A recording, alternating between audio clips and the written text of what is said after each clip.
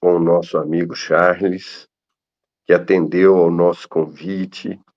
Há muito que eu ansiava por conhecê-lo mais de perto, eu que acompanho o seu trabalho a certa distância, como também todo o nosso movimento espírita mundial.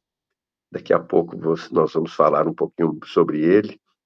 E agora, nas comemorações dos nossos 101 anos de fundação, nós solicitamos a ele que estivesse conosco, que pudesse nos dar a sua palavra, nos dar a sua inspiração, a sua contribuição. Então, é uma alegria para nós, inclusive aqui na plataforma, ele é quem está nos auxiliando com essa parte de gravação, enfim, da plataforma. Ele que se encontra aqui nesse momento da gravação em Portugal. Charles, é um prazer ter você conosco aqui no Centro Espírita Caridade em Araguari, nesse momento de, de muita emoção e de muita alegria para todos nós. Seja bem-vindo, meu irmão. Muito obrigado, bom dia, Públio, bom dia, boa tarde, boa noite a todos. Imensa satisfação estar aqui, né, para participar dessa comemoração dos 101 anos do Centro Espírita Caridade de Araguari, né, região que eu não conheço Uberaba, né, eu estava perto lá, né, Sacramento, mas Araguari não conheço ainda, né, mas de qualquer maneira, uma imensa satisfação, eu agradeço infinitamente pelo convite e por essa oportunidade. Vai ter oportunidade, né, Charles, se Deus quiser, de conhecer pessoalmente, quando você puder vir ao Brasil, quando você vier ao Brasil, vamos ver se a gente articula, não é? Você tem muitos compromissos, eu sei, pelo trabalho que você realiza. Pois bem, nós vamos fazer uma oração inicial e uma pequena leitura. Habitualmente, no Centro Espírita Caridade, nas nossas reuniões de terças-feiras, a gente estuda o Evangelho. É um momento de Evangelho e de passe, não é? De espiritualidade.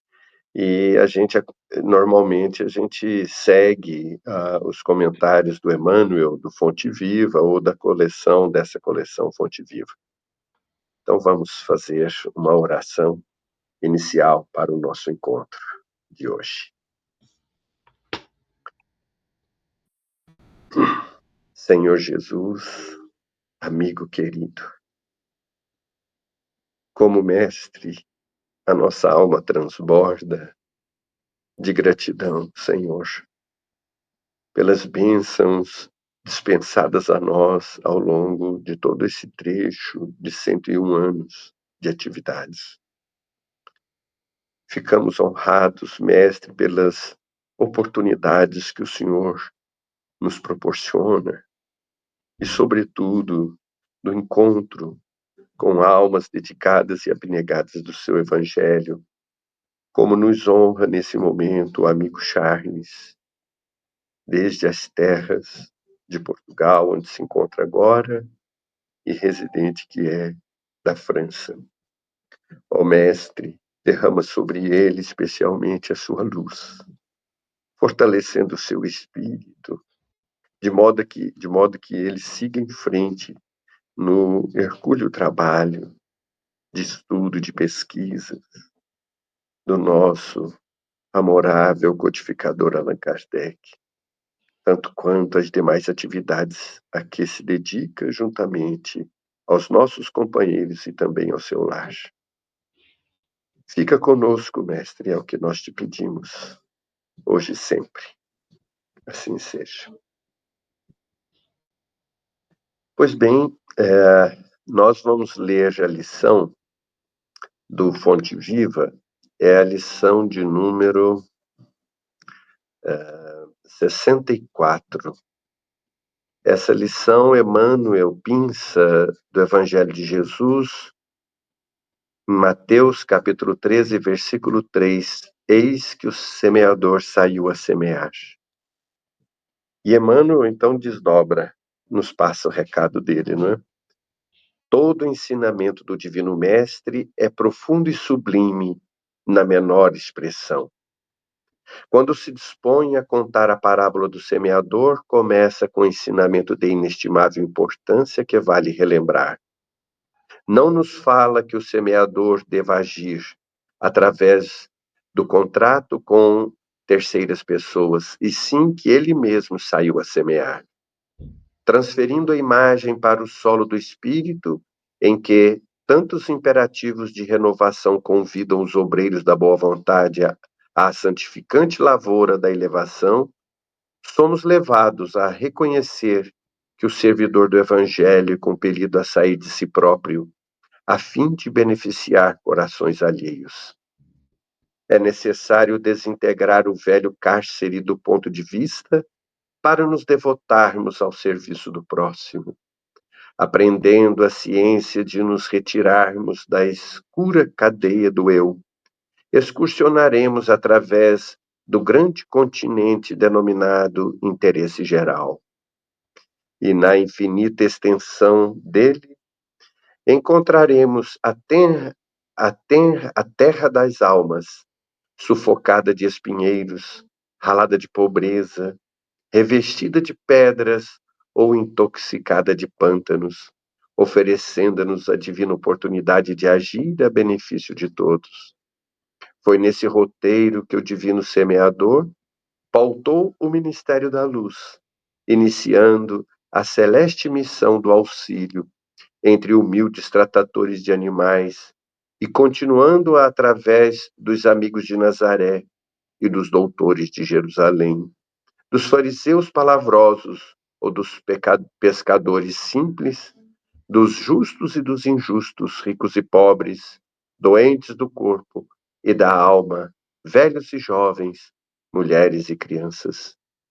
Segundo observamos, o semeador do céu ausentou-se da grandeza a que se acolhe e veio até nós, espalhando as claridades da revelação e aumentando-nos a visão e o discernimento. Humilhou-se para que nos exaltássemos e confundiu-se com a sombra a fim de que a nossa luz pudesse brilhar, embora lhe fosse fácil fazer-se substituído por milhões de mensageiros, se desejasse. Afastemo-nos, pois, das nossas inibições e aprendamos com o Cristo a sair para semear. Emmanuel extraordinário. Meu Deus, o que é isso? Charles, é uma mensagem magnífica, né? E bem a propósito, na verdade. Meus irmãos, essa é a página que fica para todos nós. Eu vou rapidamente fazer algumas anotações sobre o nosso Charles. Ele nasceu em Caen, França, é casado, tem um filho e reside em Belfort. Ele é engenheiro de Minas, que tem atuado na sua profissão, embora esteja aposentado nesse instante. Ele teve um primeiro contato com o espiritismo em 86 no Brasil. Ele é ativo colaborador do movimento espírita francês desde 1991 e contribui com o Conselho Espírita Internacional desde 94. Ele é dirigente do Centro de Estudos Espíritas Leon Denis, em Mulhouse, desde a fundação em 97. Foi membro do Comitê de Organização do Congresso Mundial em 2004, membro da Comissão Executiva do Conselho Espírita Internacional de 2004 a 2016. Membro do Movimento Espírita Francófono desde 2014, além de outras participações. Ex-presidente da Federação Espírita Francesa de 2018 a 2022. E é um pesquisador, juntamente com, como ele mesmo diz, um trabalho colaborativo das informações sobre Kardec e o Espiritismo naquele período tão importante para todos nós. Então, Charles é esse colaborador que vai ficar conosco e com a palavra a partir de agora. Centro Espírita Caridade te recebe, meu irmão, e te abraça. Seja bem-vindo. Muito obrigado, Públio. Realmente, né, Jesus semeou, né, Kardec semeou, inclusive ele fez mais do que semear, né? Ficou até na concepção das sementes, né? Elaborando a codificação que ele semeou. E nós é que vimos atrás aí, seguindo os passos deles, né? Apesar da nossa pequenez, das nossas imperfeições, né? Continuando a semear nesse trabalho, né? De semear essa boa nova, né? Semear essas ideias espiritualistas, né? O espiritismo, essa fé raciocinada, né? Que permite agora, né, colocar a razão de acordo com a fé, né, a fé raciocinada, né, saindo daquela fé cega que foi característica das igrejas, né. Então, o tema de hoje, vou colocando aqui os slides, né, é Kardec e a atualidade, né. Então, Kardec, vou falar primeiro um pouquinho sobre Allan Kardec, né, que, de maneira bem resumida, né, ele nasceu em 3 de outubro de 1804, né, o nome verdadeiro dele é esse que vocês veem aqui, né, Denisard Hippolyte Léon Rivail, de acordo com a certidão de nascimento, né, o Hippolyte grafado dessa maneira, né? E tem 3 ou 4 outras grafias do mesmo nome, né? Mas a certa que está no certidão de nascimento que ele usava era essa, né? Então, daqui a pouco vai ser 221 anos, né? Que ele nasceu. O bicentenário foi em 2004, né? Tivemos um congresso em Paris. Ele nasceu em Lyon, Rue Salat, mas nunca morou em Lyon, né? Ele morava em Bourg-en-Bresse, que é uma cidade a uns 70, 80 quilômetros de Lyon, né? Indo na direção de Genebra, né? E quando ele nasceu, em outubro de 1804, o pai estava em Paris, né? Pai que ele não conheceu durante muito tempo, né? Porque primeiro porque ele não estava muito em casa, né? Ele estava no exército de Napoleão, que se coroou imperador pouco depois, né? Parece que foi novembro ou dezembro de 1804, né? E como o pai de Rivail era juiz militar, conheceu Napoleão no exército dos Alpes, né? No final do século XVIII. Provavelmente ele estava em Paris por aquelas razões, mas isso ainda falta pesquisar, né? O que foi que o pai de Rivail fez em Paris naquela época, né? O qual a gente tem pouca informação. Agora, o que a gente sabe é que ele passou por desaparecido a partir de 1807, né? Ou seja, quando o pequeno Hippolyte tinha somente 3 anos, desapareceu e os julgamento de notoriedade diziam que ele foi provavelmente morto na Guerra da Espanha, né? Entre Napoleão e os espanhóis naquela época, né? Mas, na realidade, e isso as pesquisas já permitiram descobrir, ele morreu vários anos depois, tinha abandonado a família e ficou com outra mulher, outra família, na região da Dordogne, perto da França, né? Então, até nisso, né, essas mentiras têm perna curta e depois de mais de 200 anos a gente ainda consegue descobrir essas coisas.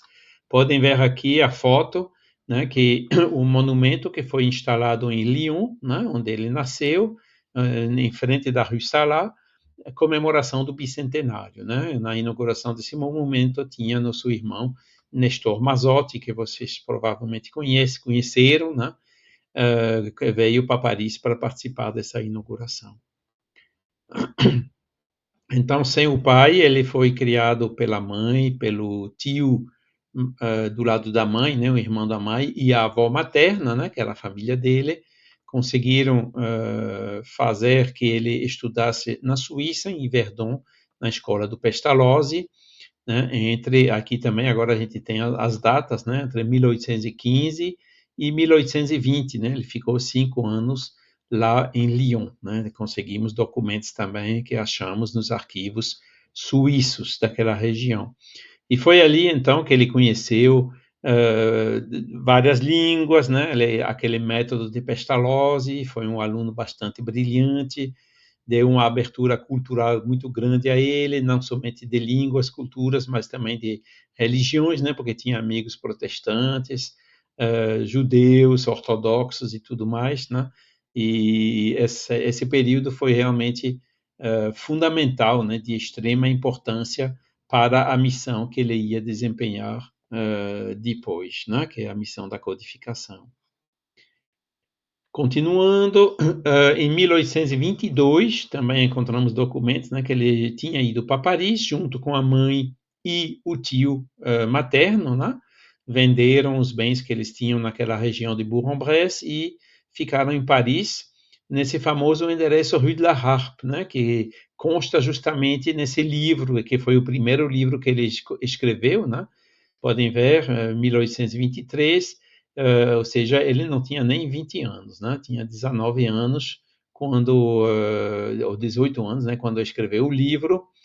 Podem ver aqui a assinatura dele, né? Que consta no exemplar original que está lá na Biblioteca Nacional da França, né? E que já foi digitalizado e está à disposição de todos.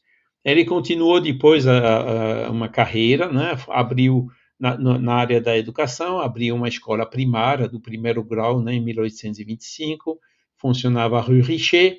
Depois a escola cresceu, mudou para a Rue de Vaugirard, né? Depois cresceu mais ainda, mudou para a Rue de Sèvres, né? Onde não tinha só a escola do primeiro grau, tinha até ginásio, né? Segundo grau e terceiro grau, e que funcionava na Rue de Sèvres, em Paris, né? Em 1840, infelizmente, houve uns eventos na família. Os biógrafos dizem que foi o tio que estava viciado em jogo que perdeu muito dinheiro e teve que, então, ceder o instituto para outra pessoa, que é esse famoso senhor Pilotet, né? Que, a partir de 1840, tomou conta do instituto, que funcionava muito bem, e Kardec, que Rivai, né, teve infelizmente que abandonar, e depois ele desempenhou várias outras atividades em vários outros endereços, como podem ver, né, Rue de Tiquetonne, depois Rue Taranne, depois Rue Mauconseil, né. Rue Mauconseil, em 1844, ele conseguiu, junto com Amélie, retomar uma pensão, um pensionato para moças, né, porque naquela época só os meninos iam para a escola, né? As meninas não iam, né? Havia algumas iniciativas, né? Que inclusive essa foi a Amélie que dirigia, né? Porque o pensionato para moças só podia ser dirigida por uma mulher, não podia ser dirigida por um homem, pelas leis daquela época, né? Assim mesmo ele estava lá, ajudava e inclusive dava aulas, né? De cálculo e, né? Para preparar essas moças, né, nessas atividades, né, inclusive a tomar conta de uma loja, de coisas assim, né, que é a educação que eles davam, né. Mas também em 1850 ele teve que abandonar essa atividade, né, por outros motivos. Houve também uma lei, né, a Lei Fallou, que introduziu novamente a influência religiosa no ensino e que então, né, todos essas iniciativas que eram mais livres, né, independentes da religião, não recebiam mais subsídios e tiveram que fechar a maioria deles, né? Foi então que ele continuou sendo professor de matemática, né? Trabalhava também, dava aulas no instituto de um amigo dele, o Levi Álvares, e foi ali também, né, em 1849, que ele conseguiu adquirir aquela propriedade no 39 Avenue de Ségur, né, que foi que ele guardou, né? Inclusive a Amélie morou lá até desencarnar em 1883, né? Nessa propriedade, né? Que ele comprou numa licitação, né? Aquele leilão público, né? Por 10 mil francos na época, né? Quando o Le Marie vendeu no final do século, já valia perto de 1 milhão de francos, né? Porque a Avenue de Ségur fica lá perto da Torre Eiffel. Naquela época era jardins, né? Mas 1889, né? Foi urbanizado, construída a Torre Eiffel e aquela área se valorizou muito, né? Ou quando visitam lá hoje em dia, né? A Vila Ségur, podem ver que é tudo prédio e apartamento de alto estandarte, de luxo, né? E foi então ali que ele morou em 1850, 51. Depois, como ele trabalhou em teatros, ele morou também em Boulevard Saint-Martin, que tinha vários teatros lá, né? E ele trabalhou então em contabilidade também, depositou uma patente, né, de um sifão para os esgotos, né, que estavam sendo desenvolvidos em Paris. Enfim, como ele não podia mais ensinar, né, devido àquelas circunstâncias, ele procurava outros meios de subsistência, né, quer dizer, foi sempre uma dificuldade, né, que ele enfrentou desde 1840, né, aquela década foi bastante complicada para ele e para Amélie.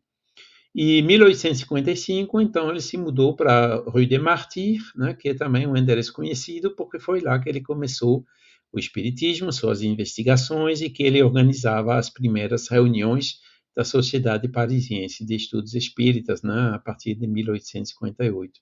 Então, isso só para resumir.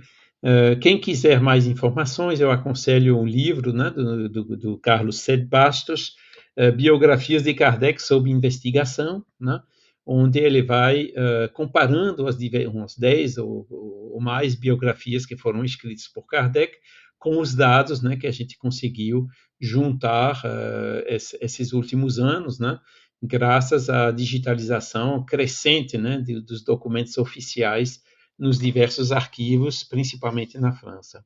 Né? Então, outra pequena informação, mas eu não vou me alongar mais. Ele foi membro de várias sociedades científicas, né?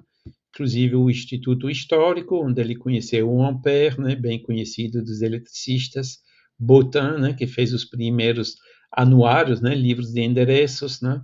Lacordaire, que era um padre, né? Católico, Lamennais, que se comunicaram, inclusive, durante a codificação, né? Ele os conheceu pessoalmente, ele conheceu aquelas pessoas pessoalmente, né? O poeta Lamartine conheceu também o Monvoisin, né? Que foi um pintor que o acompanhou, né? Até quando se tornou espírita e foi um dos primeiros sócios da Sociedade pela Continuação das Obras de Allan Kardec, depois da desencarnação de Kardec. Conheceu também Eugène Sue, né, que é uma pessoa que escreveu livros, né, que abriram um pouco o caminho para o espiritismo, né? Ou seja, ele realmente tinha contato, né, com todas essas pessoas famosas, conhecidas, todos esses intelectuais de Paris. Ele também participou da Sociedade de Ciências Naturais, né, porque ele ensinava essa matéria na sua atividade pedagógica. E isso talvez gerou aquela confusão, né? Pessoas que disseram que ele era médico, não era, né? Tudo indica que não era, porque nunca foi encontrado nenhum documento comprovando isso, mas encontramos esse documento, né? Que ele era membro dessa Sociedade de Ciências Naturais, entre outras, né? Todos esses documentos que eu estou mostrando aqui apareceram nessas últimas décadas também, né? E foram digitalizadas e colocadas num portal, né, Projeto Allan Kardec, da Universidade de Juiz de Fora, lá em Minas Gerais, né, acho que é do outro lado do estado, que faz um trabalho incrível, né, para resgatar esses documentos originais sobre o codificador. E aí foi, então, 1855, né, nas obras póstumas, tem os detalhes, né, ele mesmo contando, né, dos manuscritos que ele deixou, que o Le Marie publicou em 1889, nas obras póstumas, né, explicou como tudo começou, né, o seu Carlotte, depois o seu Fortier, as reuniões que ele fazia, né, nas casas de seu Baudin e tudo mais, né, como que ele começou, né, as investigações, né, organizava reuniões ele mesmo, vários médiuns o ajudaram nesse sentido, né, inclusive as irmãs Baudin e também a senhorita Céline Jaffé, né, e que depois de 2 anos deu, então, em 18 de abril de 1857, desculpa, agora não são 164 anos, já são 168, 168 anos, a primeira edição do Livro dos Espíritos, né, que ele publicou na livraria Dontu, em Paris, né, que foi a primeira compilação, né, dos resultados da pesquisa dele. Era ainda incompleto, só tinha 500 perguntas e respostas, né, sabendo que a edição definitiva saiu em 1860, né, com 1019 perguntas e respostas, que é a que a gente ainda tem hoje, né, bem conhecida, né. Então, foram 2 anos de trabalho, né, que permitiam a ele estabelecer essas bases, né, da filosofia espírita. E eu coloco aqui que o Livro dos Espíritos era realmente um livro revolucionário. Não tanto porque os fenômenos apareceram naquela época, né? Porque os fenômenos, como ele mesmo diz, existiram desde que o ser humano existe no planeta, né? Na mais alta antiguidade, né? Havia já o culto dos ancestrais e comunicações mediúnicas, né? Os evangelhos, todos os livros religiosos estão cheios desses acontecimentos, né? Então a novidade não foi essa, a novidade foi a maneira com a qual ele abordou essa questão, né? Essa questão dos espíritos, da espiritualidade, era um domínio reservado das religiões tradicionais que o abordavam de uma maneira dogmática, né? E ele não, ele abordou, fez as observações, abordou tudo de uma maneira racional e seguindo uma metodologia científica, né? Que na época já havia Descartes, né, que estabeleceu os métodos científicos, e também o Auguste Comte, né, que estabeleceu o positivismo, né? Então Kardec conhecia muito bem esse método científico daquela época e ele o aplicou, né, nas pesquisas, como ele mesmo diz naquela parte das obras póstumas, né, que ele conta. E outra coisa, esse livro não foi revolucionário também completamente nessa abordagem racional das questões da alma, né? Porque, como outros livros explicam, como esse que eu mostro aqui, Autonomia, né, do Paulo Henrique de Figueiredo, né? As circunstâncias estavam extremamente favoráveis, né, naquela época. O próprio Kardec escreveu isso na Revista Espírita de 1863. Né? Se tivesse vindo mais cedo, né, talvez Kardec teria sido queimado mais uma vez numa fogueira, né, como dizem que ele foi queimado, como Jan Hus, em 1415, né, quando nos primeiros passos da reforma, né? Né? Então, se tivesse sido no século XVIII, com certeza o empreendimento não teria dado certo. Né? Mas ele veio nos séculos das luzes com mais abertura. Né? Também ele teria se chocado com o materialismo todo-poderoso, né? Porque houve assim, a reação, né, a essa dominação das igrejas, né, em conivência com os reis, os poderes temporários da época, né, ele teria se chocado também contra isso. Mas no início do século XIX, né, houve uns filósofos, né, entre os quais Maine de Biran, a história também contada nesse livro que vocês têm aí no Brasil, em português, que estabeleceu o chamado espiritualismo racional, né? Ou seja, simplesmente pela introspecção, esse filósofo chegou à conclusão que tinha alguns atributos, né, do ser humano, da inteligência, né, da vontade, que não podiam residir no corpo físico e no cérebro, né, que tinham que residir em algo, né, chamado a alma, né, independente do corpo físico. Né? E o que Kardec trouxe uma abordagem racional baseada nos fenômenos, né, para confirmar essa filosofia, né, que é estabelecida por Maine de Biran e, como podem ver, também depois espalhada por Victor Cousin e até no século XX, o início do século XX, por Henri Bergson, né, que era outro filósofo francês. Ou seja, a filosofia da época era espiritualista. Né? Ou seja, todas as pessoas que passavam vestibular, chegaram àquele nível de estudos, estudavam a filosofia, estudavam essa filosofia do espiritualismo racional, né? Ou seja, eles não tinham esse preconceito materialista, essa blocagem, né? E a maioria das pessoas que se interessavam não somente pelo magnetismo, né, que foi outro precursor, mas também pelo espiritismo, já tinham, né, contato com essa filosofia. Então, tudo isso foi circunstâncias favoráveis, né, provavelmente orquestradas pelos espíritos, né, que prepararam o terreno para que o espiritismo fosse aceito desta vez, né? E foi realmente o que aconteceu, né? Você vê os princípios do Maine de Biran, né? Liberdade, o livre-arbítrio, né? Que são os fundamentos do espiritismo, né? Que ele já proclamava, e o papel fundamental da vontade, que só pode ser de origem espiritual. Bom, vou me resumir a isso, né? Mas mostra como que o contexto estava favorável na época. Continuando,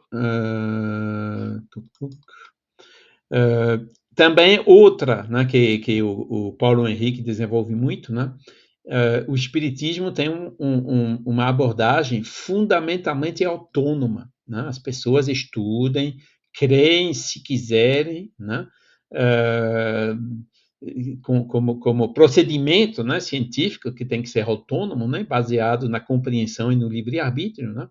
E isso era revolucionário porque em oposição com a heteronomia. A heteronomia é o oposto, é a palavra que tem a significação contrária da autonomia e que era usada pelas religiões. Não, você tem que acreditar porque está escrito, porque o Papa disse, mesmo que não entenda, você tem que acreditar, né? Aquela fé imposta, né? Aquela fé cega, né? Enquanto que a autonomia é contrário, né? É a fé raciocinada, né? Que também foi a primeira abordagem, né, dessas questões espirituais, né, com essa característica autônoma, né? Aí depois houve outros, né, porque a ciência, né, depois da a França, depois da Revolução Francesa, não se tornou logo uma democracia, né? Houve idas, voltas, né? Napoleão que se coroou imperador, como a gente já viu. Depois houve a restauração com os reis que voltaram, com menos poder, mas assim mesmo voltaram. Depois houve a Revolução, Segunda República. Depois houve outro golpe, né, do Napoleão III, o Império, né, Segundo Império. E depois, né, só depois da guerra de 1870 é que, com a Terceira República, ficou mais ou menos democrático, ou seja, levou quase um século, né, para chegar a tudo isso. E Kardec, então, o período da codificação foi durante o Segundo Império. E aí também os espíritos deram uma mãozinha, né, porque apareceu na França um senhor chamado Daniel Danglasholm, que, segundo algumas biografias autorizadas por Divaldo Pereira Franco, teria sido ele na vida anterior, né? Que era médium, né? Fez umas demonstrações, né, de materialização de mãos, levitações, que a convite do imperador, e o imperador convidou também algumas pessoas daquela área, inclusive já o Rivai, né, que não era Kardec ainda. Ou seja, o imperador estava convencido da realidade dos fenômenos, conhecia Kardec, mesmo que Kardec não se vangloriava disso, né, ficava sempre discreto, né, para não queimar aquele relacionamento, né, porque o imperador não podia admitir publicamente que aceitava esses fenômenos espiritualistas, mas o que ele fez foi sempre ajudou muito Kardec. Kardec sempre ficou protegido em Paris, ele podia criar a sociedade, podia se reunir, publicar os livros, né? Nunca foi bloqueado pela censura, coisa que vale. Havia policiais lá dentro para ver o que ele fazia, né? Como aparecem nos relatórios dos policiais da época, né? Mas sempre ficou protegido, isso também foi um fator determinante, né? Para que a codificação pudesse acontecer, né? Então, obrigado, Daniel Danglasholm, e Divaldo, né? Se foi o mesmo espírito. Né? E tudo isso, então, né, ajudou, né, também naquela época, né, o desenvolvimento do positivismo. Né? O Auguste Comte desenvolveu um método, mas foi longe demais. Né? Anticlericalismo, rejeitou Deus, né? O cientismo que se seguiu, né, foi naquela época que também apareceu o paradigma materialista, que está vigente até hoje. Né? Veremos um pouco mais adiante. E com o Livro dos Espíritos, Kardec trouxe uma base fatual ao espiritismo racional, espiritualismo racional, passando do estudo do espírito encarnado para o espírito desencarnado, ou seja, ele alargou o campo de estudos, né? Mendes de Biran fazia pela introspecção, né? Estudava o espírito encarnado. Kardec estudou também pela mediunidade, né? O espírito no estado desencarnado. Continuando,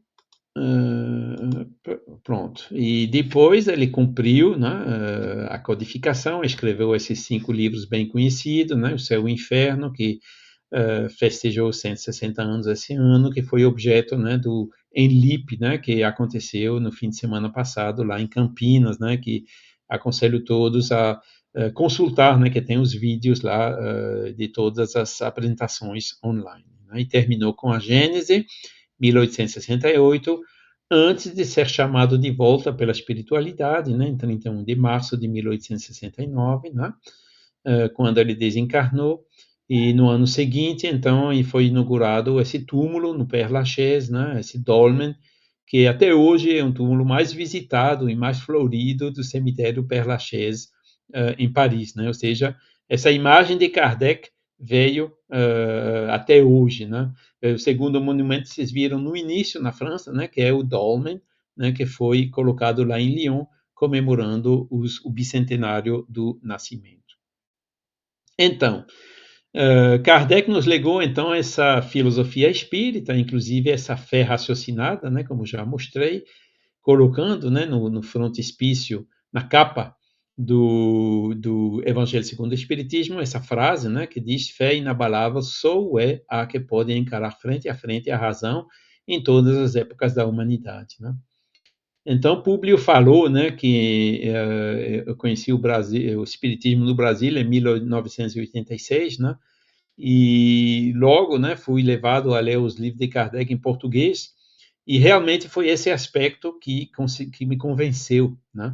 Porque eu era educado católico, né? Mas a partir do momento que a gente começa a raciocinar, né, na adolescência, querendo compreender e não recebendo respostas satisfatórias, né, a gente se torna indiferente, né? Eu, felizmente, nunca fiquei ateu ou materialista, né? Mas eu deixava aquelas coisas para, né, uma outra oportunidade que não tardou a chegar, né? Porque foi realmente, né, com essa fé raciocinada, né? Kardec sabe como falar a um engenheiro, né? Ele sabe como falar a essas pessoas que raciocinam, né? E sabe falar tanto ao intelecto como ao coração, né? Foi assim que, então, aos pouquinhos, me tornei espírita e continuo espírita, por isso que estou aqui hoje com vocês, né? Dividindo todas essas experiências. Então, vamos ver agora Kardec na atualidade, né? Depois de Kardec, houve um período, vamos dizer assim, científico. E tem uma frase, né, que é essa que vocês veem aqui, né? O espiritismo será científico ou não será, né? Muitas pessoas atribuem essa frase em Kardec. Eu desafio aqui, me mostram aonde Kardec disse ou escreveu isso, né? Não há nenhum registro que essa frase vem dele. Agora, essa frase veio, sim, de Camille Flammarion, de Lemarie, né? Esses, sim, falaram essa frase, né? Mas próprio Kardec nunca tinha falado isso. E interessante é ver o discurso que Flammarion pronunciou no enterro de Kardec, né? No início de abril de 1869. E aí ele ficou muito claro, né? E ele disse que lamentava, né, que a maioria dos seguidores do espiritismo naquela época eram religiosos, né? Seguiam uma abordagem religiosa do espiritismo, que inclusive, por sinal, é uma das características, né? Um pouco no Brasil, onde o espiritismo deu certo, né? Com esse pequeno viés, né, de religiosificação, né?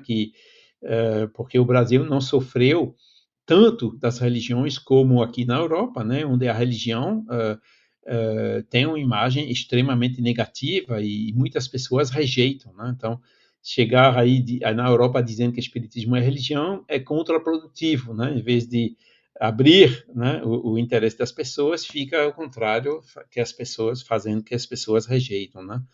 Enquanto que esse aspecto científico, né, Flammarion claramente disse: a ciência tem que estudar esses fenômenos físicos, né? Mesas, levitações, ectoplasmia, né? Que não existia a palavra ainda na época, né? Mas que Crookes inaugurou. Realmente, a partir da década de 1870 até a Segunda Guerra Mundial, houve um monte de pesquisa, de sociedade de pesquisas psíquicas, de experimentos, médiums de efeito físico, na Inglaterra, na França, na Itália, na Polônia, no mundo todo, quase, né? Houve realmente esse período científico, né? Mas aí eu pergunto assim, será que o espiritismo será científico ou não será? O próprio Flammarion disse: foi bom que Kardec não esperou a validação científica dos fenômenos para ir além, né? Deduzir toda a filosofia e deduzir todas as consequências éticas e morais, né? Colocando assim em aplicação, né? Consolando as pessoas que têm problemas, doentes, viúvos ou outros, né? Porque se Kardec tivesse esperado a validação dos fenômenos, hoje a gente ainda está esperando essa validação dos fenômenos. Hoje, a ciência mainstream, né, como a gente diz, ainda fica, não, mas não pode, tem outras explicações, não pode ser isso. Né? A parapsicologia, né, que investiga hoje, né, que tomou a sucessão da metapsíquica e das pesquisas psíquicas, ainda hoje sofre uma oposição feroz, né, dos intelectuais científicos, que, na sua maioria, ainda continuam seguindo o paradigma materialista. Né? Mas o Espiritismo está aí. Né? O Públio falou, né? 101 anos, né, da casa lá em Minas Gerais, né? E que com muitas obras de caridade, né? Assistência social, educação e tudo mais. Né? Se Kardec tivesse esperado, não teria nada disso, não teria espiritismo como está hoje, não é? Não teriam essas milhões de pessoas, né, que encontraram motivações na vida, desistiram do suicídio, né, fizeram esforços, né, se tornaram pessoas melhores, né? Aí é que está, né, a grande vantagem do espiritismo, e ainda bem que Kardec não esperou, né, essa validação científica. Né? Então, essa afirmação que o espiritismo será científico ou não será, para mim, está errada, está falsa. Né? Inclusive, a gente tem foi desmentido pelo que aconteceu ao longo desse período de lá até aqui. Inclusive, na França, tem um autor, esse que você vê a capa aqui, Michel Granger, ele é engenheiro químico, né? Ele não é espírita, não é espírita. E ele passou a vida toda dele, né? A obra da vida dele foi estudar tudo que foi dito, escrito, experimentado, analisado sobre o ectoplasma. Né? É a obra da vida dele. Então, ele entrou em contato com a gente, né, alguns anos atrás, né, antes da pandemia, dizendo: olha, eu queria estou escrevendo livros, vocês aceitam publicar? A gente disse sim, nós aceitamos publicar, né, pelo movimento francófono, né? E já imprimimos então esse volume 1, de 900 páginas, imprimimos o volume 2, também de 900 páginas, e ele está agora finalizando o volume 3, né, que vai ter, ele já disse, vai passar um pouquinho de 1.000 páginas. Né? Então, 3.000 páginas, né, uma obra enciclopédica sobre o ectoplasma. E vejam o título, né? A Saga do Ectoplasma. E o título diz tudo, né? Porque quando a gente vê tudo que foi pesquisado, todas essas evidências, né? Todos esses cuidados que foram tomados, né? E ao outro lado, né? Todas essas críticas que houve, né? Essas concorrências, né? Essa falta de desinteresses, esses preconceitos, né? Esses abusos cometidos por jornalistas e outros em torno desse assunto, né? Essas polêmicas que nasceram, né? Até hoje, né? Não há reconhecimento pela ciência mainstream, mais uma vez, desses fenômenos. Né? Inclusive, desde a final da Segunda Guerra Mundial, quase não se encontra mais médiums do pré-ectoplasma, médium de ectoplasmia. Mas houve, né? No Brasil, vocês tiveram o Tiria Diogo, Peixotinho, né? Na França também houve alguns, houve também na Inglaterra e ainda usar hoje, né? Porque o autor foi lá para a Inglaterra, para um grupo e ele presenciou reuniões de ectoplasmia, mas esses médiums não querem de jeito nenhum mais se submeter a essas torturas científicas, né? De vomitivos, de revistar todas as partes íntimas, né, para ter certeza que não está escondendo nada, né? Aquela pressão do pensamento contrário deles, né, que a gente sabe que o pensamento contrário tem um efeito espiritual que inibe a produção dos fenômenos, né? Outros que foram lá tentando pegar as materializações, né, pensando em pegar o fantasma revestido, né, de tudo mais, né, e que causaram choques médiums que ficaram doentes durante anos, né, por causa de atitudes irresponsáveis como essas, né. E pronto, né? Hoje a gente está em 2025, né? Cadê esse espiritismo que vai ser científico, né? A ciência ainda está contradizendo. E minha opinião é essa, né? Que vai acontecer, vai mudar, mas vai mudar no sentido que já estava escrito lá no Livro dos Espíritos, né? Um dia a opinião pública, né, vai se tornar tão forte em favor desses fenômenos, como a gente vai ver daqui a pouco, né, que os cientistas não vão ter outra escolha, né? Ou então se colocam contra a opinião geral, né? E isso, por sinal, tem um efeito também perverso, que é as pessoas hoje rejeitam a autoridade científica. Vejam a questão das vacinas, né? Esses fenômenos anti-vax e tudo mais, né? Porque dizem que os cientistas são todos comprados pelos Big Pharma, pelos negócios da indústria farmacêutica das vacinas, e de fato, né, as ciências, os científicos de hoje faltam de neutralidade, faltam de desinteresse, e há conflitos de interesses que prejudicam a imagem deles, né?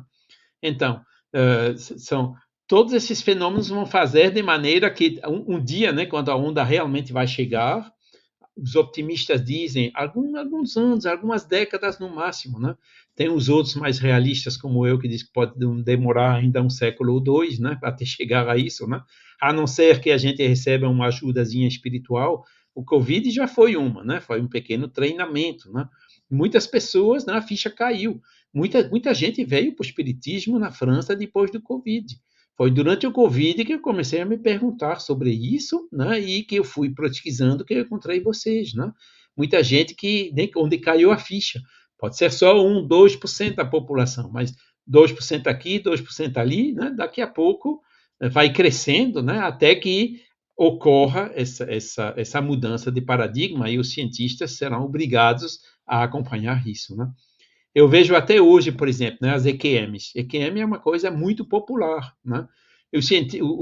A pessoa que viveu uma EQM viu, sentiu na pele, né? Quando tem um cientista na frente deles dizendo, não, mas foi sonho, foi o seu cérebro que, sei lá, inventando um monte de explicações, o cara fica sorrindo, dizendo, mas eu vi, você que não sabe do que está falando, entendeu? Então, isso o cientista não vai sustentar muito tempo, não, né? Porque pessoas com EQMs têm mais e mais, né? E essa pressão popular, né, vai fazer a pressão dos fenômenos, né, que acontecem espontaneamente, vai fazer que a mudança de paradigma aconteça. Mas um ponto é fundamental, né? É esse, né? Tem que passar da heteronomia para a autonomia, como já falamos, né? E o Espiritismo, Kardec que inaugurou, é uma coisa bem atual. O Espiritismo não diz acredite primeiro e você compreenderá depois, se puder, mas diz compreenda primeiro e você acreditará depois, se quiser, né? Fé raciocinada e livre-arbítrio, né? Que são os princípios fundamentais do Espiritismo. Leon Denis também tem uma passagem que eu gosto muito no Problema do Ser do Destino, que vamos ler rapidinho. À proporção que o pensamento se vai aperfeiçoando, missionários de todas as ordens vêm provocar a renovação religiosa no seio das humanidades. Assistimos ao prelúdio de uma dessas renovações, maior e mais profunda do que as precedentes. Já não tem somente homens por mandatários e intérpretes, que o tornariam a nova dispensação tão precária como as outras. São os espíritos inspiradores, os gênios do espaço, que exercem ao mesmo tempo a sua ação em toda a superfície do globo, em todos os domínios do pensamento, sobre todos os pontos aparece um novo espiritualismo ou espiritismo, né? E Leon Denis conclui dizendo assim, né? Imediatamente surge a pergunta: quem és tu? Ciência ou religião? E veja a resposta de Leon Denis: espíritos de pouco alcance. Credes então que o pensamento há de seguir eternamente os carreiros abertos pelo passado? Né? Eu acho isso fantástico, né? Porque o espiritismo não é uma religião como a gente viu, né? Não tem dogmas, não tem hierarquia sacerdotal, não tem heteronomia, né?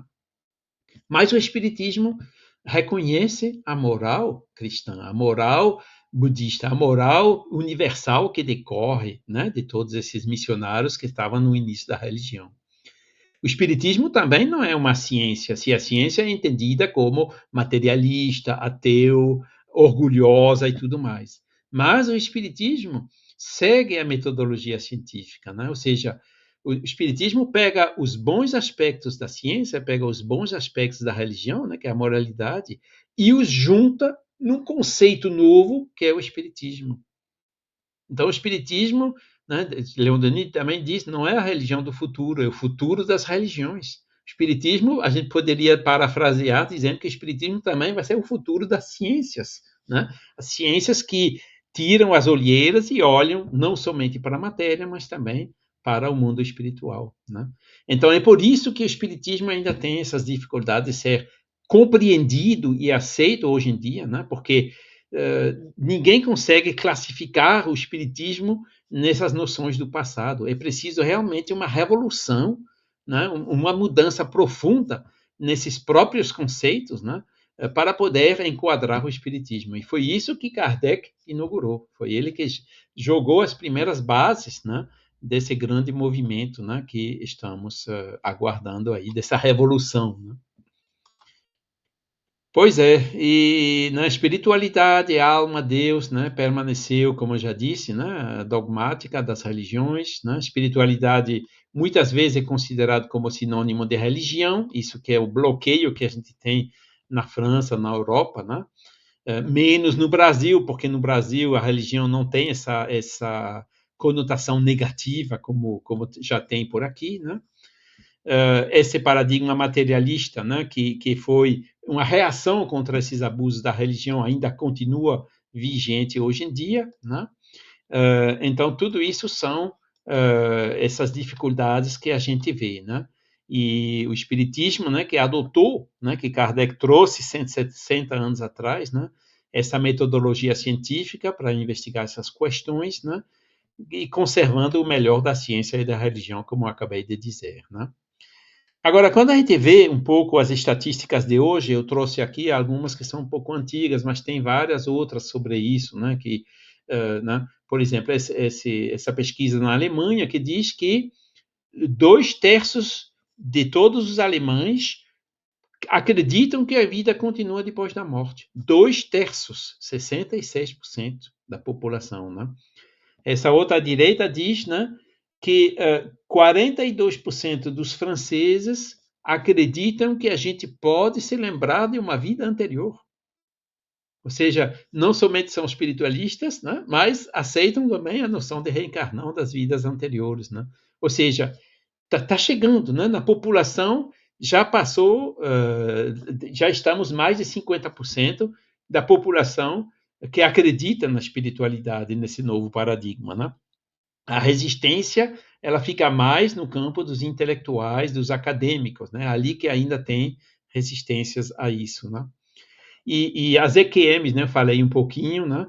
São provas incríveis, né?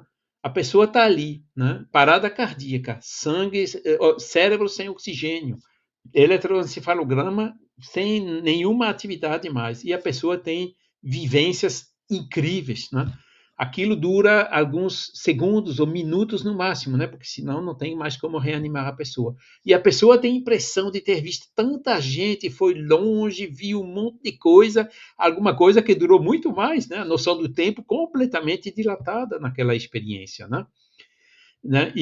Então, como é que você consegue explicar isso? Pessoa que consegue, né, se ver fora do corpo, ouvir tudo que o pessoal diz, né, médico, ver o que acontece nos quartos ao lado, ou se lembrar, né, depois de reanimado, foi você que pegou os meus dentes e colocou naquela gaveta. Foram lá na gaveta, viram que o dente estava lá para recuperar o dente, né, da pessoa. Então, são um monte de coisas assim que... Como que você explica isso sem espírito, né? Sem alguma coisa além do corpo? Né? Não tem como, né? E tem cientistas, né, que se convencem, né? O Pim Van Lommel aqui, né, que claramente afirma, né, nossa consciência sobrevive à morte física do corpo, ou o Eben Alexander, né, que ele mesmo viveu uma EQM, né, e diz que a consciência não pode ser o produto do cérebro, embora isso seja ainda o conceito atual da ciência, né? Eu gosto muito desse pesquisador na França, né? Também se baseando nos EQM nos anos 90, né? Ou seja, já depois do livro do Moody. Por sinal, EQM sempre houve, né? A gente vê EQMs em Flammarion, em Bolzano, a literatura antiga já tinha EQMs, né? Eram mais raras porque normalmente quando tinha uma parada cardíaca, né, era muito difícil reanimar, mas houve alguns casos, né? E então esse Regis Duteuil, né, que foi ele é físico, né, da física, escreveu esse livro, né, junto com a filha dele, né, O Universo Superluminoso e o Homem Superluminoso. E ele simplesmente disse: eu vou usar como base, como hipótese, né, de raciocínio, que existe outras formas de matéria, a não ser a matéria física, e essa outra forma de matéria superluminosa, ou seja, matéria que não é limitada pela velocidade da luz, né, que é o caso da nossa matéria que a gente conhece. E somente se baseando nessa hipótese, né, conseguiu elaborar um modelo, né, que ele descreve resumidamente no livro dele, mostrando, né, a noção do tempo que é diferente. E ele fez até, nesse segundo livro, um paralelo entre o túnel, os fenômenos de EQM, as dificuldades de memória, chegada na consciência e tudo mais, né, mostrando todas essas dificuldades. Então, é uma questão de quebrar o preconceito, né? Pelo menos admitir aquela hipótese como base de reflexão e, muito rapidamente, né, o paradigma pode mudar. Vou acelerar um pouquinho, que o tempo voa. Né? Tem também esse é um engenheiro também, né? Mas que fez carreira na física fundamental, Philippe Guillemot. Ele escreveu vários livros, não sei se esses livros já são traduzidos em português, mas realmente alguns valem a pena, né? E ele também elaborou uma teoria, né? Porque, né, a não localidade, né? Esses fenômenos não locais, fenômenos de sincronicidade, né? Que são mais e mais aparecendo agora como anomalias, né? No estudo da mecânica quântica, né? Você tem, por exemplo, um par de elétrons, né? Que se afastam um do outro. Quando observa alguma coisa num, o mesmo se ocorre no outro, como se eles estivessem comunicando, mas é instantâneo, né? Ou seja, transcende a velocidade da luz, né? Esse chamado, e tem outra sincronicidade como a gente conhece, né? Você pensa numa pessoa no momento que essa mesma pessoa pensa em você, né? Ou seja, são esses fenômenos que não se podem explicar com o paradigma atual e que ele está investigando, né? Então, ele criou um modelo de criação da realidade, influência do futuro sobre o presente, né? Retrocausalidade. Ele vai muito longe, né? Que o tempo não existe, e agora com argumentos, né, baseados em experimentos de mecânica quântica e tudo mais, né? E o bom dele é que ele tem uma grande abertura à espiritualidade e ele é fundamentalmente adepto do livre-arbítrio, né? Contrário ao determinismo. Inclusive, ele demonstrou que o determinismo não tem consistência científica. Né? Por exemplo, ele diz: se tem uma sinuca, todo mundo conhece uma sinuca, né? Você pega aí a vara, né? Bate numa bola e toc, toc, toc, toc, toc, ela vai se batendo, né? Então, o matemático, o físico vai dizer: não, mas peraí, eu vou te calcular tudinho, vou dizer exatamente onde que bola vai parar e tudo mais. Então, ele vai lá, tenta fazer. E ele tentou fazer e demonstrou que, depois de 3 ou 4 choques, a quantidade de dados que você necessita e a precisão desses dados que você necessita é tão grande que, né, aqui a gente está falando de bolas, né, no universo, no macrocosmo, né, que a precisão necessária ela é inferior àquelas constantes fundamentais da mecânica quântica, né? Sobre Heisenberg e outros, né? Ou seja, a precisão que você necessita não existe, né? Então, ele mostra que esses fenômenos não podem ser estimados e calculados de maneira determinista. O mesmo se dá, por exemplo, com a meteorologia, né? Consegue prever 2, 3, 4, 5, 6 dias. Quanto mais longe você vai, quanto mais a probabilidade cai. Saber exatamente o que vai acontecer daqui a 10 dias é impossível hoje, né? Então, são vários domínios assim, onde a ciência mostra que é impossível, né? Faltam dados. E ele vai até dizendo que necessita dados que vêm do vácuo. Agora, o que um cientista chama vácuo, né? É o mundo espiritual. O mundo espiritual faz parte do vácuo material, entendeu? Não está na matéria, então está dentro do que ele chama vácuo. E, de fato, a gente sabe que os espíritos influenciam os fenômenos da natureza, né? Principalmente quando se chega a esses limites que ele acabou demonstrando, né? Tem muitas pesquisas super interessantes feitos por esse pesquisador. Esse é um dos livros que ele escreveu, né? A Física da Consciência, né? Excitação do vácuo, né? A gente sabe que no vácuo, né, acontece muita coisa, né? Na mecânica quântica já determinou, né? Mostrando essa pressão intencional, né? Ele tem uma posição clara a favor do livre-arbítrio, oposição do determinismo e dessa corrente dominante da ciência, né? Mostra os erros da física nos dias de hoje, né? Tem outros, né? Vamos ver rapidinho o que ele diz, né? Eu traduzi um pedaço aqui. Se dermos um passo para trás, vemos que o mundo de hoje está ultrapolarizado entre uma visão materialista extrema, cujo instrumento é o ultraliberalismo, e uma visão oposta, cujo instrumento é uma religiosidade extrema imposta pela violência, as duas se mantendo e às vezes indo até a se apoiarem reciprocamente. Ambos os sistemas claramente geram violência e não há como separá-los, nem encontrar um equilíbrio certo. Só se pode sair dessa polarização elevando-se a um nível mais alto, retirando a consciência da síndrome religiosa das crenças, ao reconciliar a visão científica e a visão espiritual da realidade. É um exemplo de citação do livro, né? E por que eu coloquei essa?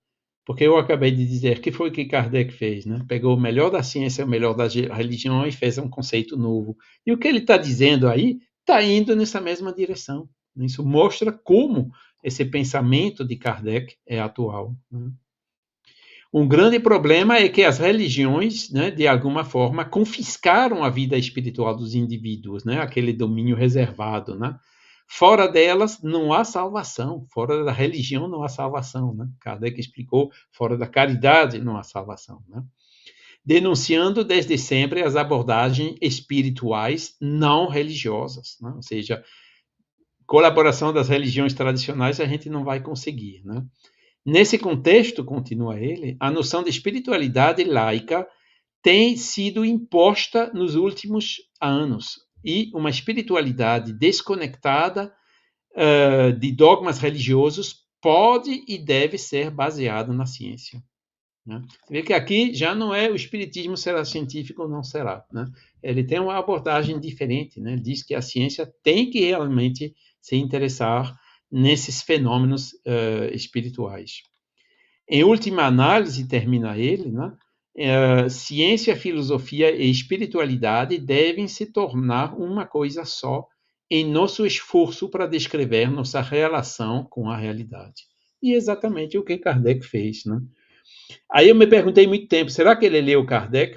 Leu, mas eu acho que ele não entendeu, né? Esse Philippe Guillemot, né? Ainda está na dele, mas assim mesmo eu cito, né? Porque o que ele escreve está realmente indo numa direção que me apraz muito, eu acho que apraz também a todos vocês, né?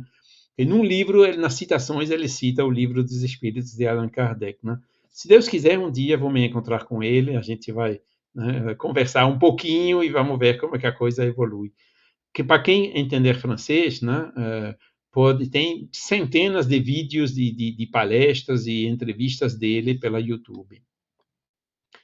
Outra homenagem que eu quero fazer aqui, a doutora Marlene Nobre, né, que também voltou para a Pátria Espiritual uns 10 anos atrás, né, promovendo também esse paradigma espiritualista na medicina, né, mostrando que o homem é um ser bio, sócio, psico, espiritual, e que a medicina somente vai progredir quando tomar todas essas dimensões, né, quando considerar o homem integral, né? E é o que a ciência mais e mais está demonstrando hoje em dia, né, com esses milhares e milhares de estudos, né, que já existem sobre espiritualidade e saúde, né? Então, isso é uma coisa boa, positiva, que mostra que funciona. Não se sabe como funciona, mas vamos primeiro demonstrar que funciona e para depois tentar entender como é que funciona, né? Indo com método, como dizia Kardec. Também há essa outra iniciativa, né, Manifesto para uma Ciência Pós-Materialista, né, assinada, podem ver aqui o website, de cientistas que chamam, né, a essa mudança de paradigma, mas a gente sofre muitas influências hoje em dia, né? O materialismo ainda é muito forte, né? As crianças desde pequenininhas, né? Os jovens, né, ficam, né, tão conectados e fica logo catástrofe quando não tinha conexões, né? Quando era jovem tinha um orelhão, né? Acho que o público também viu a mesma coisa, né? Não tinha celular e assim mesmo a gente se virava, né? Muitas coisas hoje indispensáveis não eram, né?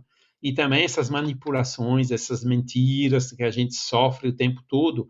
E isso mostra também a atualidade de Kardec, né? Ele diz, quando a gente conversa com os espíritos, nunca tomar o pé da letra, qualquer coisa, sempre analisar com bom senso, com a razão, quem foi, será que tem algum interesse escondido e tudo mais, né? O que ele aconselhava no comércio com os espíritos, hoje vale 24 horas, né?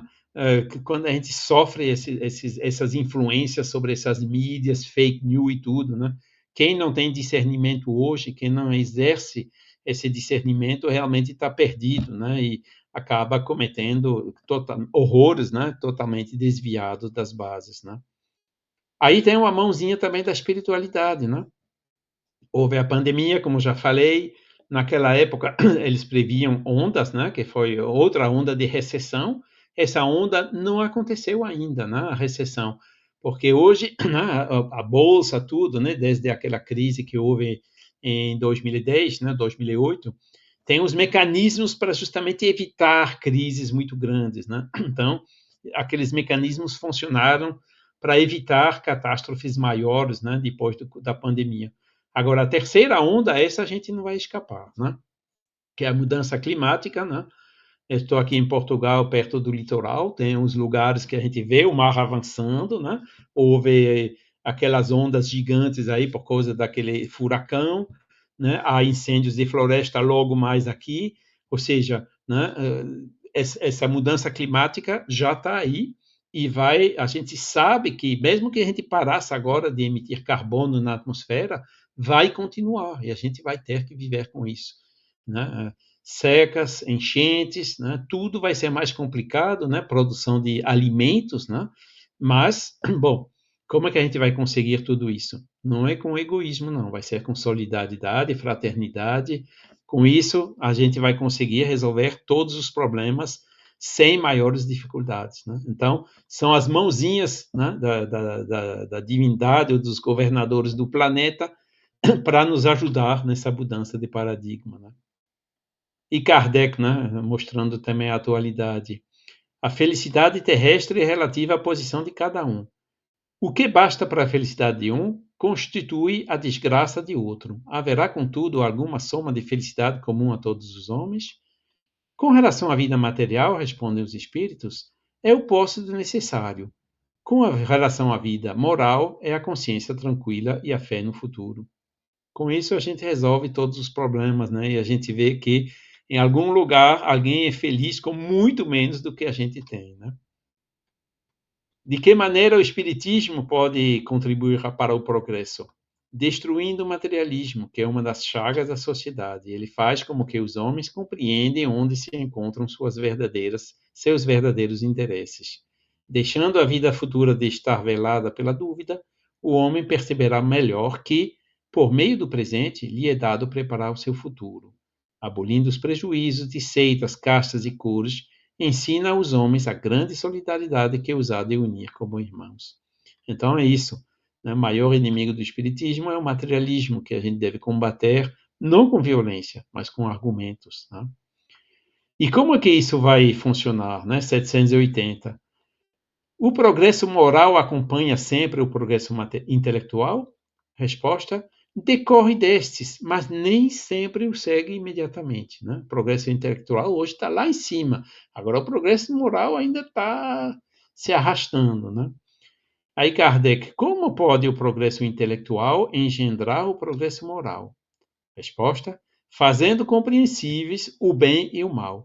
O homem, desde então, pode escolher. O desenvolvimento do livre-arbítrio acompanha o da inteligência e aumenta a responsabilidade dos atos. Você vê, extremamente atual isso, né? E também tem a 780b. Como é neste caso que muitas vezes sucede serem os povos mais instruídos os mais pervertidos também? Resposta: o progresso completo constitui o objetivo. Os povos, porém, como os indivíduos, só passo a passo o atingem. Enquanto não se lhes haja desenvolvido o senso moral, pode mesmo acontecer que se sirvam da inteligência para praticar o mal. O moral e a inteligência são duas forças que só com o tempo chegam a equilibrar-se. É incrível, né? Só com o tempo, né? Eu mesmo fico um pouco impaciente com isso, né? Agora tem ainda essas guerras aqui em Gaza, Rússia, Ucrânia, 80 conflitos no mundo todo, né? Quanto tempo isso vai demorar ainda? A espiritualidade sabe, né? Eu acho que Deus e Jesus, todos esses que estão no leme aí do nosso planeta, sabem muito bem como vai acontecer, né? Para nós e para mim ainda é uma preocupação, né? Demora muito, né? A população da Terra aumentou, né? De 3 bilhões quando eu nasci, hoje já são 8 bilhões. Será que vieram por cima? Não, vieram por baixo mesmo, né? Se tivessem bilhões de espíritos evoluídos chegando na Terra, a gente já veria a mudança, mas não chegou ainda, né? Então, bom, eles é que sabem, né? Até onde ainda deve piorar para que realmente esse processo aconteça, né? Eu acho que a gente está chegando mais perto agora. E a questão 932, que eu gosto muito também, por que no mundo tão humilde a influência dos maus sobrepuja os bons? Né? O que a gente pode fazer para acelerar isso?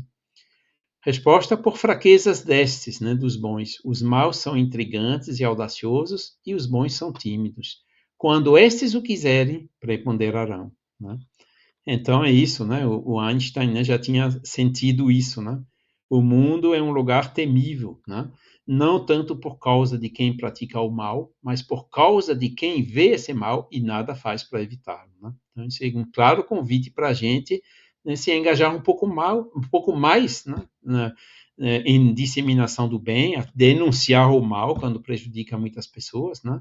E sermos mais ativos, né? Mais audaciosos também, né? Utilizar a inteligência artificial, todas as ferramentas para o bem, né? É isso que os espíritos esperam de nós, né? Que nós devemos fazer. A lição de Jesus, né? Perfil do bom dirigente, né? Quem quiser tornar-se grande entre vós será este que vos sirva. Isso também está sendo mais e mais entendida, né? Até no mundo dos negócios, do management, né? Como se diz em inglês, hoje em dia, né? Onde já se vê, né?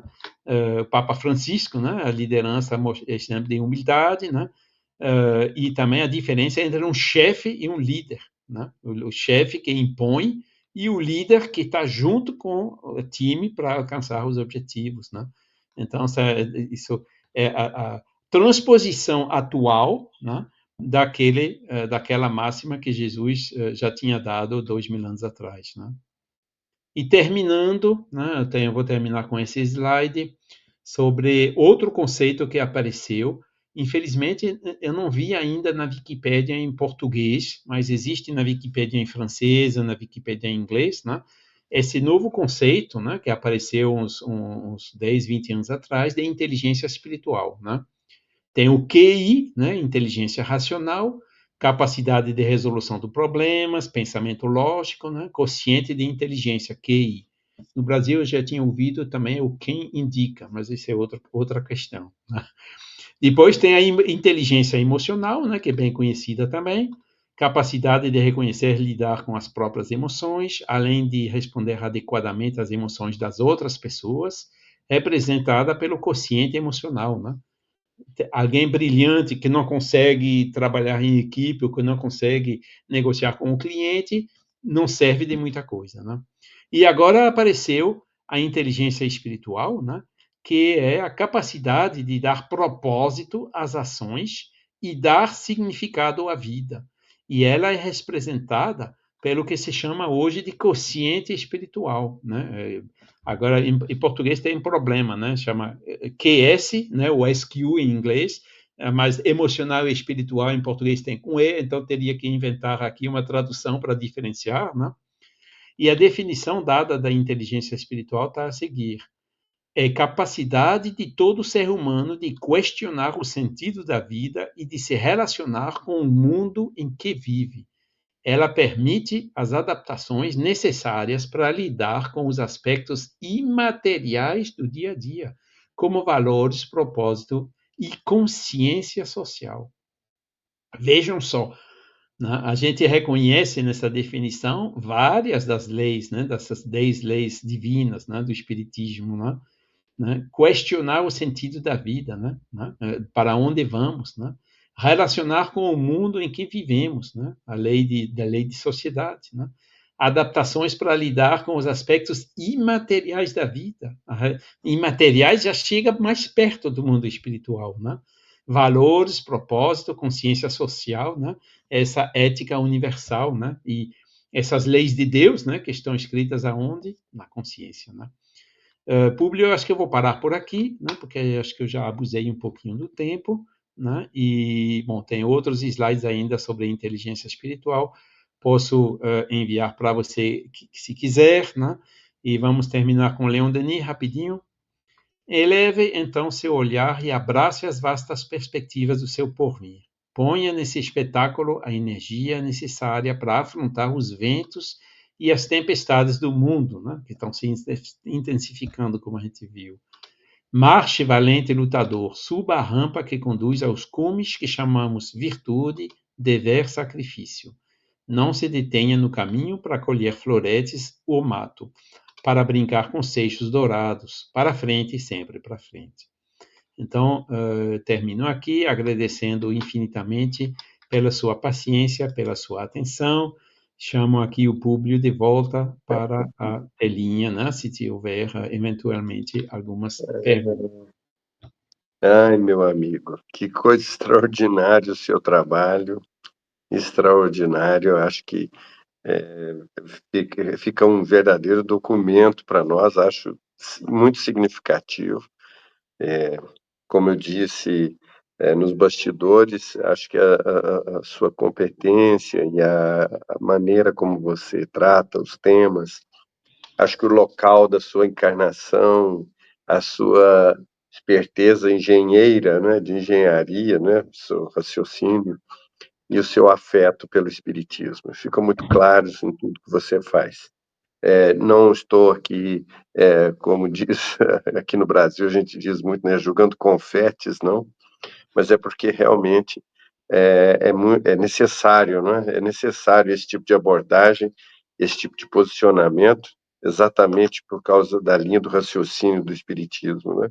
Acho que você fez esse apanhado inicial, não é, histórico, não só de Allan Kardec, mas também do espiritismo. Eu acho sempre sempre muito válido, sempre muito importante, né, como introdutório, mas você trouxe para nós essa atualidade do pensamento científico, né, dos esforços, e eu achei muito curioso, teve uma hora que você, desse Guilherme, né, que você falou, Guillemot, esse pesquisador, e Felipe, que né? coisa, Felipe, que coisa curiosa a quantidade, que trabalho, que fôlego, né? O trabalho dele, que fôlego importantíssimo sobre o ectoplasma, né? Achei extraordinário, né? Que coisa. Aqui em Araguari nós tínhamos, até bem pouco tempo, um centro espírita aqui, muito dedicado à materialização luminosa, sabe? Trabalhos de Uhum, cura. Foi muito famoso esse centro espírita, numa fase que realmente tinha muitos médiums de ectoplasmia, mas foram desencarnando, já muito idosos, né? Ainda tem alguns, mas na verdade, hoje, como era, né, eu cheguei a participar de umas duas sessões de materialização luminosa, extraordinário, né? É algo extraordinário, né? Você já teve essa experiência? não, não, eu vi mesas se mexendo, né, mas materializações eu não conheci pessoalmente, não vi ainda. É fabuloso, assim, é uma coisa extraordinária mesmo, né? É, Acontece muito no escuro, né, mas hoje, né, a gente tem uns aparelhagem, né, que sem emitir qualquer luz, né, conseguem, né, somente vendo as infravermelho, né, as temperaturas, a gente consegue ver, né, como se fosse em pleno dia, né. Então, com esse exato. equipamento que a gente tem hoje, né, já caem todos essas objeções, essas suspeitas, né, que existiam É, antigamente, né. porque aí não tem nenhum intermediário também, né? Acho que vem isso, né? A própria tecnologia, isso foi uma coisa É. que eu pensei, eu vi na internet isso, que algumas câmeras, né, muito sensíveis, elas identificam, não é? Elas conseguem captar, não é? É. Até Algumas.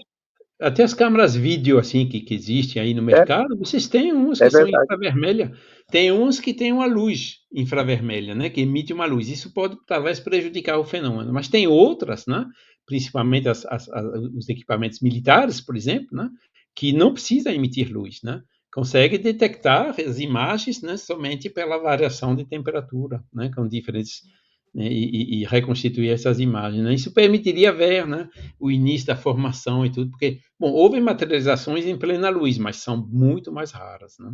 Mais raras, é. Eu indo nessa direção, eu queria aproveitar, assim, sem também tomar muito seu tempo, é, é, quando você citou as experiências de quase morte, né? E também porque algumas obras, né, foram lançadas, né, por alguns pesquisadores anteriormente.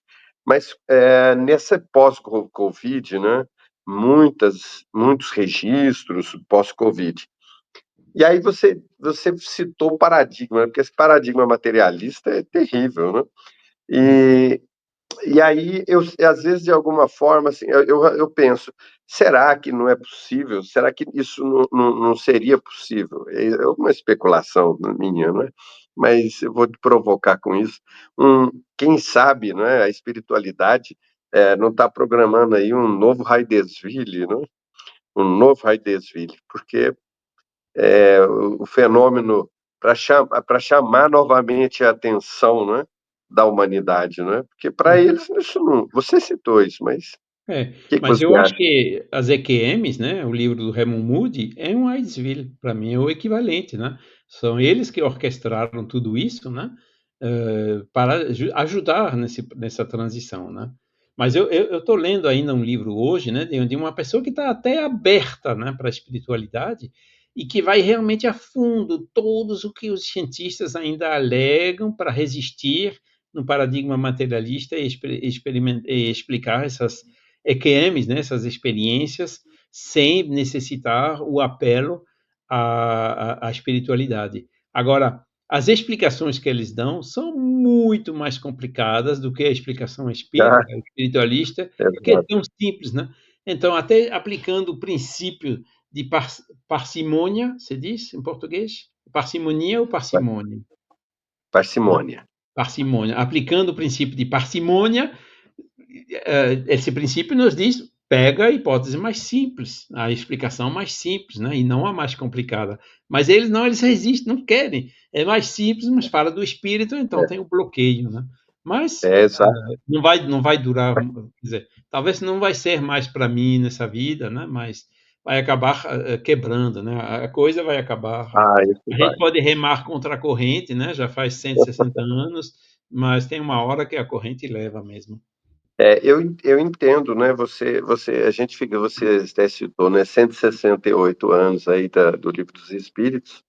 Ontem a gente teve uma oportunidade também, porque agora nós estamos gravando, né? Então, nós também mencionamos alguma coisa nesse sentido. Mas realmente o Espiritismo, ele, a seu ver, quando você diz, você falou da pesquisa dos alemães, aí os franceses, é, você entende que nesses cento e poucos anos do Espiritismo, ele alterou o pensamento espiritualista, e eu não sei, eu até quero tocar nesse aspecto da religiosidade que você mencionou também, mas esse aspecto é, espiritualista, essa compreensão de reencarnação, de mortalidade, para o Ocidente, né, para essa fé, ou para, vamos chamar de fé também, né, Uhum.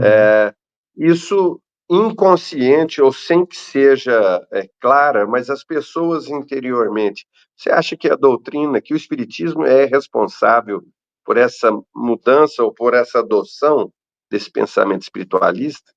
Seria talvez um pouco pretensioso dizer isso, né? É verdade que o espiritismo tem essa abordagem racional, né, que convém para pessoas que procuram refletir, né? Mas não deixa de haver muitos movimentos espiritualistas, né, dessas novas formas de espiritualidade que também contribuem muito, né? Embora não seja de uma maneira assim tão racional e raciocinada como o espiritismo, né? Eu acho que tudo isso vai acabar convergindo, né? Porque a gente viu nas estatísticas, né? Esse ponto de bloqueio que é a existência da alma, né? Está agora cedendo, né? Está ficando sempre mais fraco, né? E eu acho que todos os movimentos vão ter uma contribuição a trazer, né? Eu mesmo sou mais no espiritismo porque é a ferramenta, né, que me ajuda a mim melhor, né, compreender e trabalhar no melhoramento pessoal, né? Me ajuda muito mais do que a abordagem católica que eu tinha conhecido antes, né? Mas tem muitas outras, né? Das outras religiões, no yoga, né? Reiki, tem tantas coisas assim, né? Onde também, né, falta um pouco o desinteresse, né, que tem sempre vantagens e inconvenientes, né, mas eu penso que no espiritismo foi realmente que eu encontrei a maneira mais consistente e coerente de abordar essas questões, né, que só podem ser abordadas de uma maneira diferente das questões puramente materiais. Mas depois, né, esse Philippe Guillemot, por exemplo, ele não é espírita, né? O Michel Granger, que escreveu o livro, não é espírita, mas as coisas que eles divulgam, né, que interessam o espiritismo, a gente divulga também, né? Porque tudo isso, né, quer dizer, quando Kardec disse, né, se nós espíritas não fazemos o trabalho que devemos fazer, vai passar pelo lado, a coisa vai chegar. Esse negócio de inteligência, essa ideia de inteligência espiritual, veio em meios totalmente fora da religião e até do espiritismo, dessas novas formas de espiritualidade, entendeu? Uma coisa que apareceu assim, espontaneamente, né? Quer dizer, uma coisa que está no ar, né? Por isso que a gente não deve ficar com olheiras espíritas, só o espiritismo vai salvar o mundo, Ah, porque sim, sem essa dúvida. pretensão, a gente, né, cada contribuição valiosa, né, mesmo às vezes um pouco equivocada, né, mas que vai pelo menos no sentido correto, né, ajuda, né, e precisamos ter essa abertura, né. Sem, né, Leon Denis sempre deu exemplo, né.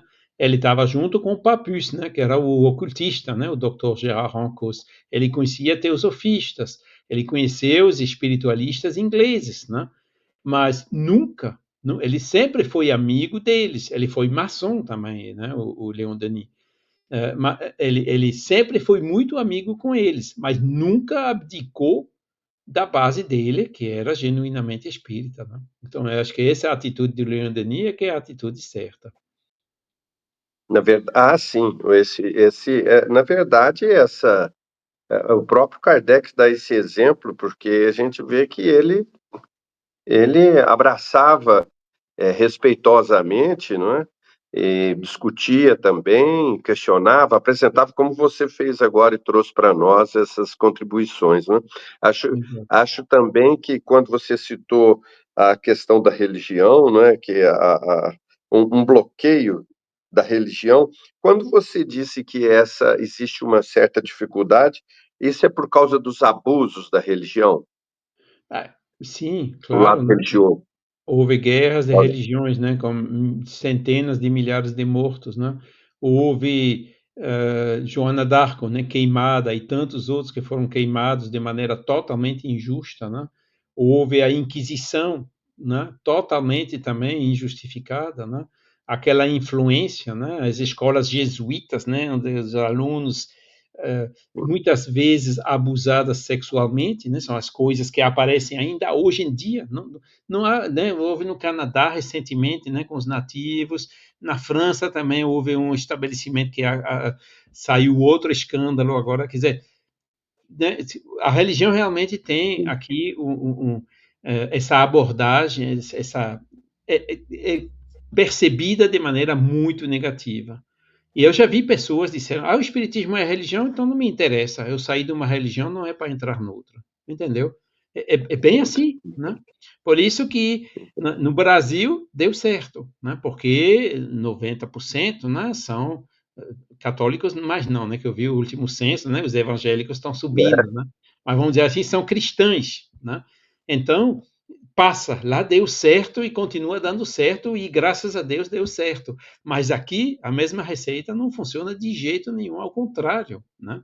Afasta as pessoas de uma filosofia tão bonita como o espiritismo, né? Simplesmente né? A pelo gente pode fazer abuso. o mesmo raciocínio com o mundo, né? No mundo só um terço são cristãos, né? Tem um quarto muçulmano e dois terços que não são cristãos. Então, se a gente vê só Jesus, só o Evangelho, só isso, só, a gente vai de frente assim. O muçulmano vai dizer não. Maomé reconheceu que Jesus é um profeta, mas o último profeta foi Maomé. Então, Maomé é que tem a última palavra, não Jesus. Seja ela certo ou não, né? Isso é o que eles pensam, entendeu? Então, se Sim, você vem com Jesus, você vai se chocar com eles, né? Tem que ter mais abertura. A gente teria que escrever um livro, o Alcorão segundo o Espiritismo, está entendendo? Mostrando na sim, cultura dele, nos preceitos deles. Pronto, veja isso. Isso a gente entende assim, assim, assado, entendeu? E veja lá, Jesus tinha dito a mesma coisa. E depois Krishna, budismo, hinduísmo, né? A gente precisa mostrar a universalidade dessas leis morais, né?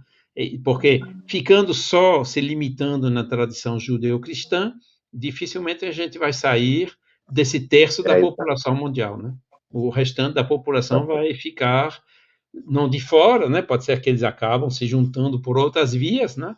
Mas nós temos que ter essa abertura também. Olha, o Charles, foi muito rico, maravilhoso o seu trabalho. Queremos agradecer a você. eh, Fico muito feliz de aqueles que não o conheciam e que vão conhecer agora a partir dessa experiência.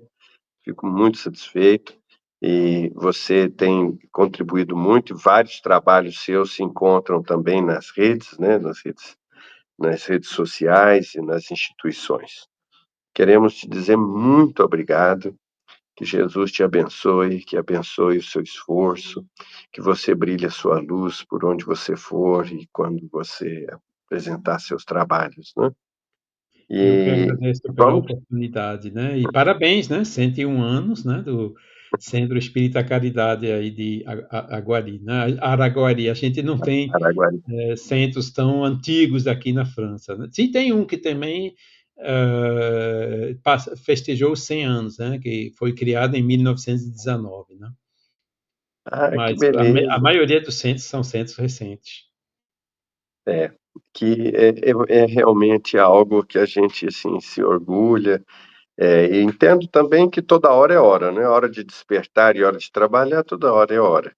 Agora, a gente festeja tanto pelos que perseveraram, né, que foram os nossos pioneiros, enfim, né, nesse momento. Então, agradecemos muito a você, pedimos que Deus te abençoe. Nós estamos sempre às ordens aqui em Araguari. Quando você vier ao Brasil, a gente que dessa seja uma primeira oportunidade de muitas outras, né? Que a gente Muito possa obrigado. ter a sua visita física também, né? Que Deus nos permita isso. Bem, meus irmãos, meus amigos, estamos então encerrando, caminhando para o encerramento da nossa atividade, da nossa reunião de hoje, nessa segunda palestra comemorativa dos nossos 101 anos, e convidamos os nossos amigos depois divulgarem esse estudo, compartilharem também com seus amigos. Esse é um pedido que nós fazemos para que isso caminhe o máximo possível. Vamos fazer a nossa oração final.